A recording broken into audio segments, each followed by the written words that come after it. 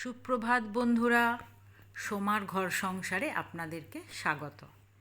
আজ আমি morning walk যাওয়ার সাথে সাথেই আপনাদের সাথে ব্লগটা স্টার্ট করলাম। এখন আমি বাজছে 6টা, ছেলের সঙ্গে স্কুটিতে করে মর্নিং ওয়াক যাচ্ছি। আজকে কিন্তু আমাদের সাথে কর্তামশাই নেই। এটা হলো টেক্সটাইলের মোড়। এইখান থেকেই ছেলের সঙ্গে আমি নেমে যাব গাড়ি থেকে, আর ছেলে চলে যাবে ওর সুইমিং ক্লাস সেরে ও ফিরবে, তখন আমাকে আবার নিয়ে বাড়ি ফিরবে। আমি এখানেই দুপাক হেঁটে ওর জন্য অপেক্ষা করব। ছেলে চলে গেল, এবার আমি হাঁটাটা স্টার্ট করব। এই হলো ব্যারাক স্কোয়ার, এখানে যাব, দুপাক হেঁটে আমি বসবো, তারপর আমার ছেলে ফিরবে, তখন আমাকে নিয়ে আবার বাড়ি ফিরবে। মর্নিং ওয়াক কমপ্লিট হয়ে গেল। দেখুন সকালবেলা ব্যারাক স্কোয়ারটা কত সুন্দর দেখুন, একদম ঘেমে গেছি প্রচণ্ড। সকালকার ওয়েদার আজকে খুবই সুন্দর, একদম রোদ নেই, সঙ্গে বেশ ঠান্ডা হাওয়া দিচ্ছে, ভালো লাগছে।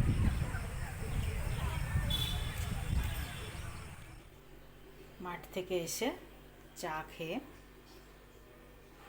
কিছু টুকিটাকি কাজ সেরে চলে এলাম টিফিন বানাতে। এই দেখো আজকে একাদশী, রাত্রে সাবু ভিজতে দিয়েছিলাম, মোটা দানার সাবুটা কত সুন্দর ভিজে গেছে, ফুলে গেছে। আজকে একাদশী, তাই একটু সাবুর উপমা বানাবো।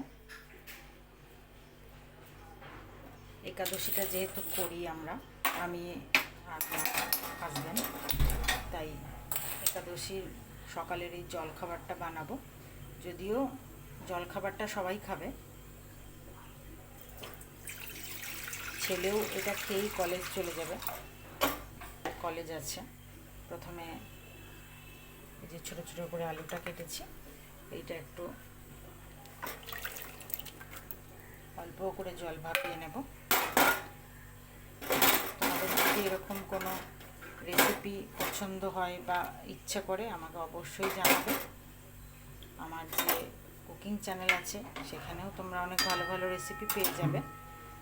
কুকিং চ্যানেলটা জানা না থাকলে অবশ্যই রসনালয় সার্চ করে সাবস্ক্রাইব করে দিও, ভালো ভালো রেসিপি পেয়ে যাবে, ভালো লাগবে। এইটাকে একটু জল ভাপিয়ে ফেলে দেব, তারপর সাবু, এই যে মোটা দানার সাবু, বাদাম, এগুলো দিয়ে একটু বানিয়ে নেব উপমা। এটাই আজকে জলখাবারে হবে। তারপর এদিকে আজকে একাদশী বলে সমস্ত জলের বোতল টোতল ধুয়ে দিয়ে, একাদশী না হলেও আমাদের শনি মঙ্গলবার নিরামিষ হলে সেদিন এরকম করে সমস্ত জলের বোতলগুলো ধুয়ে দেওয়া হয়, রোজ যেহেতু খাওয়া হয়। এবার জলগুলো সব ভরে নেব। সকালবেলা প্রত্যেকটা মানুষের একই কাজ সংসারের। দেখো আমার টিফিনটা বানানো কমপ্লিট, এবার এটা ছেলেকে দেব খেতে, খেয়ে বেরোবে।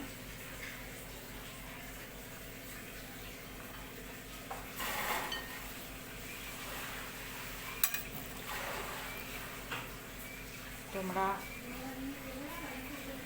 কে কে এরকম খাবার খেতে পছন্দ করো অবশ্যই জানাবে। আর যদি এটার রেসিপিটা তোমাদের লাগে সেটাও আমাকে বলো, আমি চেষ্টা করব আমার কুকিং চ্যানেলে দেওয়ার। এটা কিন্তু খুব ভালো একটা পেট ভরা খাবার, শুধু একাদশী বলে নয়, যে কোনো এমনি দিনেও তোমরা তৈরি করে খেতে পারো, খুব ভালো। সাথে কিন্তু পেটও ভরা, সঙ্গে লো ক্যালোরি।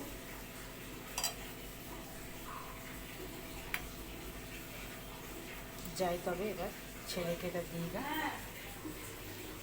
জামা কাপড় কাচা হয়েছে, কিন্তু বাইরে আজকে মেঘলা ওয়েদার, কি করা যাবে, শুকোবে না, তাই ভাবলাম জামা কাপড়গুলোকে একটু মেশিনে চিপে নেব। কেচে রেখেছে মা, কেচে রেখেছে সব। আমি জলখাবারটা করে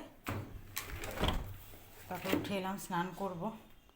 আজ আগেই বললাম আজ মঙ্গলবার, একাদশী, স্নান করব, পুজো করব, তাই ভাবলাম তার আগেই একটু জামা কাপড়গুলো চিপে মেলে দিলে তাড়াতাড়ি শুকিয়ে যাবে, ঝরঝরেও হয়ে যাবে, তাই একটু মেশিনে চিপে দিচ্ছি। আজকে কাঁচা হয়নি, মেশিনে খুব বেশি কাচাকুচি আমরা করি না, তবে চেপাটা করি।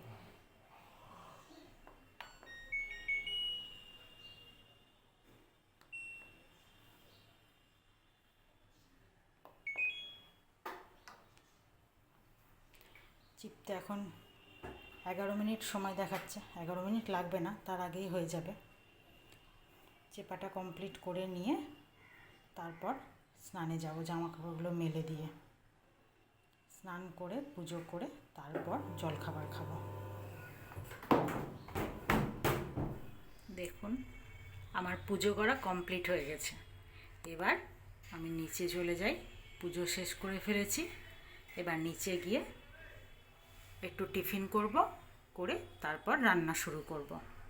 আপনারা সঙ্গে থাকুন। তবে আমি নিচে যাই এবার। আজ যোগিনী একাদশী, তাই সেই উপলক্ষে আজকে আমি একটু ঠাকুরের জন্য ভোগ বানাতে বসেছি। এখানে আমি যে জগন্নাথ দেবকে যে ভোগ দেওয়া হয় সেই ভোগেরই একটা পদ আজকে রান্না করে আমার গোপালকে, জগন্নাথ দেবকে সবাইকে নিবেদন করব। আপনারা দেখতে থাকুন পুরো রান্নাটা। আর এই রান্নার রেসিপি লিঙ্ক পেতে কিন্তু অবশ্যই আমার যে কুকিং চ্যানেল আছে রসনালয়, সেটাকে অবশ্যই একটু সাবস্ক্রাইব করে দেবেন। আর তাছাড়া তো রোজ একটা দুটো এরকম ছোটো ছোটো রান্না আমার ব্লগের মধ্যে পেয়েই যাবেন আপনারা। সন্ধেবেলার চা নিয়ে বসে পড়েছি। এই দেখো চা রেডি। আমি আগের দিনই বলেছি যে আমরা লিকার চা খাই। তোমরা অবশ্যই জানাবে কমেন্ট করে তোমরা কে কী চা খাও। সন্ধেবেলার চা আমাদের তো হয়ে গেল। তো এখন টিভি দেখতে বসেছি আর চা খাচ্ছি। আজকের ব্লগটা এইখানেই শেষ করছি।